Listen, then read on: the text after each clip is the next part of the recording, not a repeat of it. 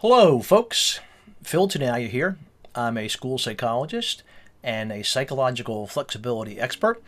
And you are here because you're curious about the ACT Matrix Laminated Guide for Social Emotional Learning, Mental Health, Achievement, Collaboration, fill in the blank.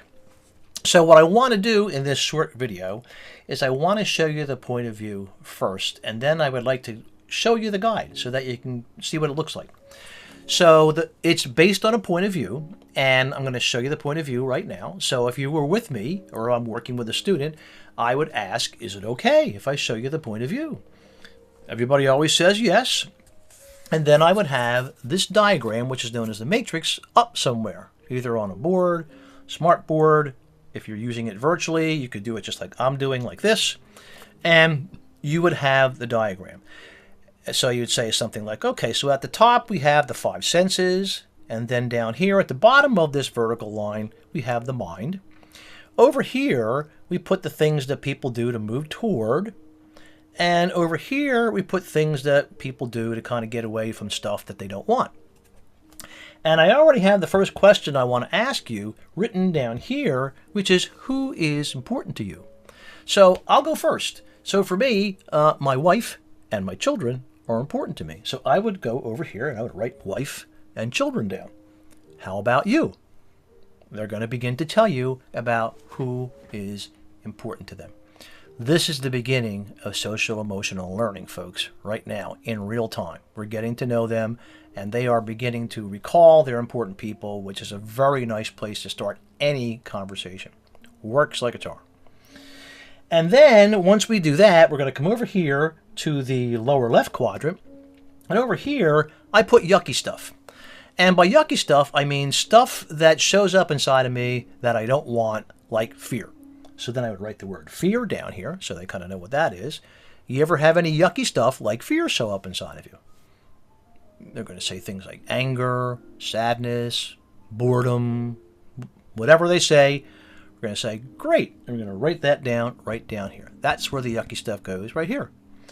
So after we have that conversation, I'm going to say, now when I come up here I put the stuff you can see me do, or we can see you do. And for example, when the fear shows up, you get this urge to want to get away from it, right? You want to just push it away or avoid it. So fear might show up inside of me, and I would come up here and you would see me do this thing called run to get away, reduce my fear, stuff like that. So for you, when that yucky stuff you're talking about down here shows up inside of you, what might you do up here to try to get away from it, get some relief from it? Well, for anxiety, they might say talk to somebody.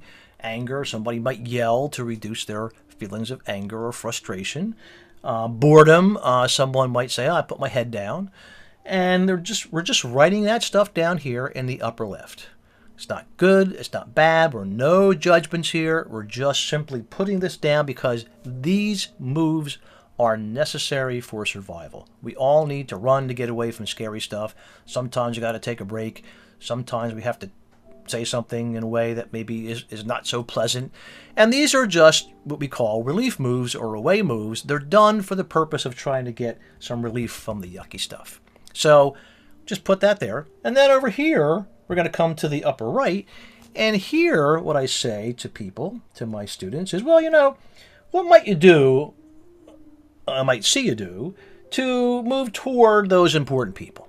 So for myself, for my wife, you might see me go and talk to her. For my children, you might see me come up here and play with my children. So what might you do to move closer toward those important people? And then we have that conversation. So now we've got all four quadrants filled in. And what I'm going to do is, the last thing I'm going to do is I'm going to draw a circle right in the middle of this diagram, just like this. And then I'm going to write the word notice, as in, hey, do you think you might have an opportunity to notice who's important to you, say, in the next week or so? Might you have an opportunity to notice some yucky stuff showing up on the inside of you? May you have an opportunity to notice yourself doing some things to get away, get some relief from that yucky stuff. And might you also have an opportunity to notice yourself doing things to move toward your important people. And now I have just shown them and established a very powerful point of view that you can go on to use to promote social emotional learning and many, many other things. That's what's contained right here in this guide.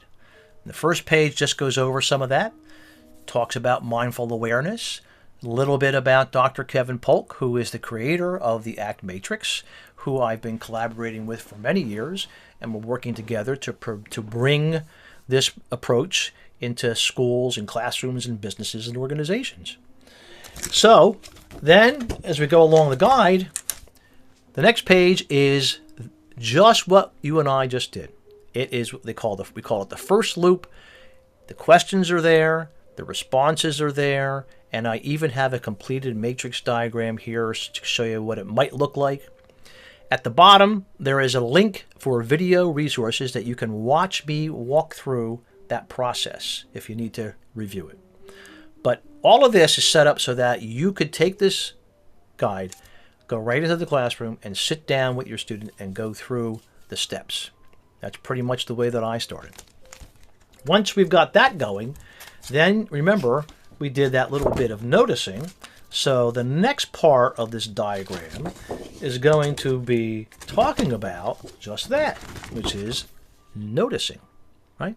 So now there's a little bit about noticing and how you can use noticing to promote awareness and perspective taking. Because when anybody's noticing with the matrix, they're stepping back and they're looking at the bigger picture view of what's going on with them. They're looking at important stuff, yucky stuff, toward moves, away moves.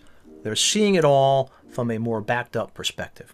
When you can see things from a more backed up perspective, it increases your awareness and it increases the probabilities and the possibilities for you going forward, so you can figure out things that you can be doing, you, the teacher or the administrator or the educator, and the student, that are going to help you move toward who and what's important to you.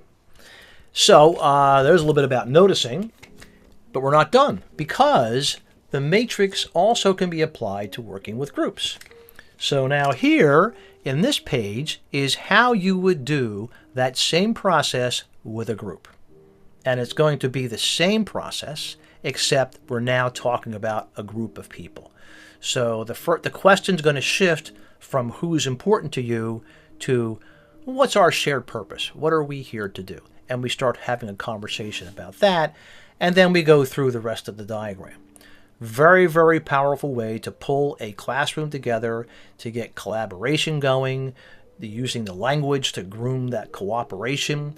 Everybody starts using this language and adopting it, and then some really interesting things start to happen with a group. Now, we're not done there, because the ACT Matrix also comes in very handy for when anybody feels stuck. Have you ever felt stuck in your life? Well, as a matter of fact, I have felt stuck many times already today. It happens. It's a naturally occurring thing. Students get stuck, educators get stuck. That's fine. We use this diagram to help us notice when these times show up for us, and then we can use it to help us get less stuck and keep moving. And there's a whole little intro about how you do that. Then we're going to coming down the home stretch with the diagram, looking for opportunities to use the diagram throughout the day.